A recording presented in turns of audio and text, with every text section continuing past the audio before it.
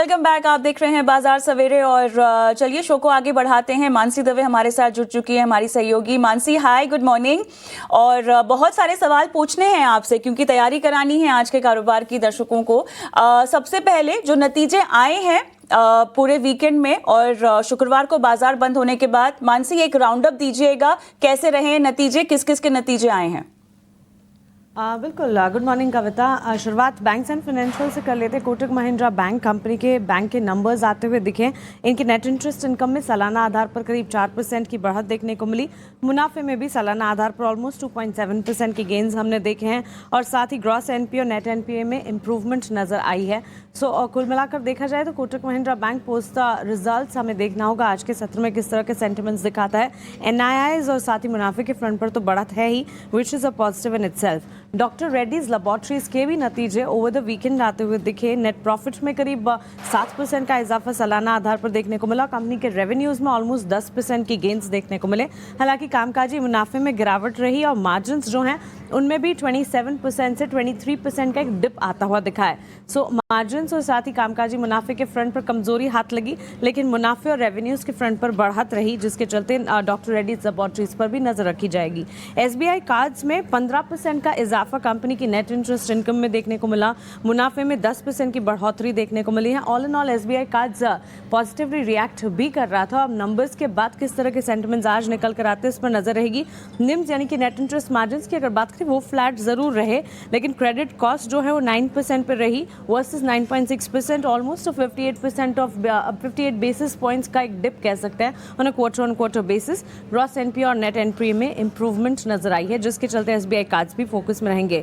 वैसे तो कई सारी कैश सेगमेंट के रिजल्ट्स भी आते हुए दिखे, जो कि लगातार हम हमारे व्यूअर्स के लिए फ्लैश करते रहेंगे, लेकिन banks and financials, doctor Reddy's laboratories जैसी कंपनियां, एसबीआई कार्ड्स जैसे नंबर्स जो हैं वो आफ्टर रिजल्ट्स आज के सत्र में सबसे पहले फोकस में रहेंगी। कविता, चलिए, तो ये अपडेट आपने नतीजों के लिहाज से दे दिया, लेकिन मानसी अब आज के बाजार में कौन कौन से ऐसे स्टॉक्स हैं जहां पर हम एक्शन देखेंगे, कौन कौन से ऐसे काउंटर्स हैं, स्टॉक्स हैं जो कि बाजार को एक दिशा भी दे सकते हैं?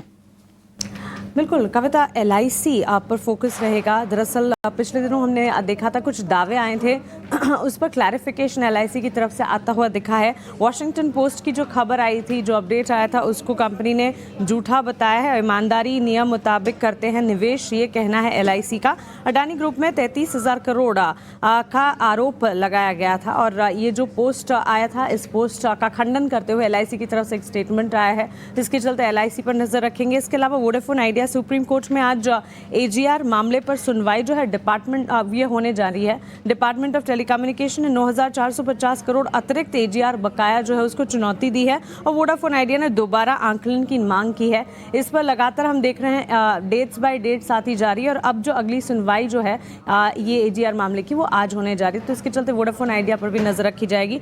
हुडको जवाहरलाल नेहरू पोर्ट अथॉरिटी के साथ कंपनी ने एक एमओयू साइन किया है। इंफ्रा पोर्ट प्रोजेक्ट फाइनेंस करेगी। 5,000 करोड़ का करार किया गया है, जिसके चलते business development new order win कह सकते हैं, करार जीता है कंपनी ने, जिसके चलते हुडको आज फोकस रेडार पर रहेगी। रियल एस्टेट वैसे ही हम देख रहे हैं काफ़ी दिनों से जिस तरह से क्वार्टरली अपडेट्स आते हुए दिखे, सेल्स रिपोर्ट्स आते हुए दिखे, उसके बाद फोकस में है। यहाँ से आगे रियल एस्टेट के नतीजे में आने वाले हैं। पूर्वांकरा कंपनी की सब्सिडरी स्टारवर्थ इंफ्रा को एक ऑर्डर मिला है। दरअसल करीब 200 करोड़ का रेजिडेंशियल प्रोजेक्ट ऑर्डर मिला है, जिसके चलते फोकस में रहेगी। इरकॉन इंटरनेशनल पर नजर रखेंगे। फिनोलेक्स जे पावर सिस्टम के साथ जॉइंट वेंचर एमएससी टीसीएल के साथ 168 करोड़ का टर्न की कॉन्ट्रैक्ट जो है कंपनी ने साइन किया है, जिसके चलते MSc TCL Maharashtra state electricity transmission board है, जिसके साथ ये कॉन्ट्रैक्ट जो है साइन किया गया है, जेवी हुआ है, जिसके चलते फोकस में रहेगी। Nagarjuna construction company central coalfield से 6,828 करोड़ का कंपनी का करार हुआ है, जिसके चलते ये फोकस में रहेगी।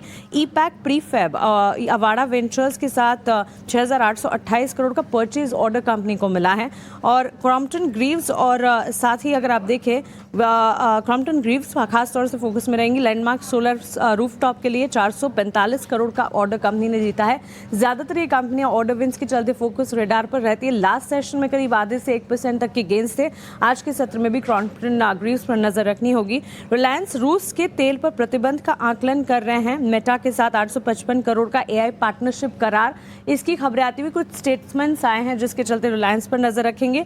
और भारत रसायन 1:2 के रेशियो में शेयर विभाजन को मंजूरी मिलती दिखी है। 1:1 के रेशियो में बोनस भी कंपनी देने जा रही है जिसके चलते फोकस में रहेगी। इसके अलावा क्राइजैक, हिंडाल्को, इक्लर्क्स, PTC इंडस्ट्रीज, ओला इलेक्ट्रिक, वारी एनर्जीज और कॉनकोर या तो किसी न किसी करार के तहत या तो किसी न किसी डेवलपमेंट के तहत और ऑर्डर विंस के तहत फोकस रेडार पर रहेंगे। सो ढेर सारी खबरें हैं एक्सचेंजेस पर जो आई हैं। एक एक कर बाजार खुलने के साथ इन खबरों का आकलन और एक्सपर्ट से उनके टेक्स भी हम लेते रहेंगे। जी मानसी, शुक्रिया तमाम डिटेल्स यहाँ पर देने के लिए। और हमें भी शो को आगे बढ़ाना है। इक्विटी बाजार और तमाम स्टॉक स्पेसिफिक खबरों पर हम विस्तार से बात करेंगे हमारी अगली पेशकश आज का बाजार में, लेकिन अभी फिलहाल कमोडिटी बाजार का एक चेक लेना बहुत ज़रूरी हो गया है। सोना, चांदी, क्रूड और यहाँ पर नेचुरल गैस और बेस मेटल्स में किस तरह की रणनीति बनानी चाहिए हमारे एक्सपर्ट से हम जानेंगे। लेकिन एक छोटा सा हम ब्रेक लेंगे इस वक्त और उसके बाद कमोडिटी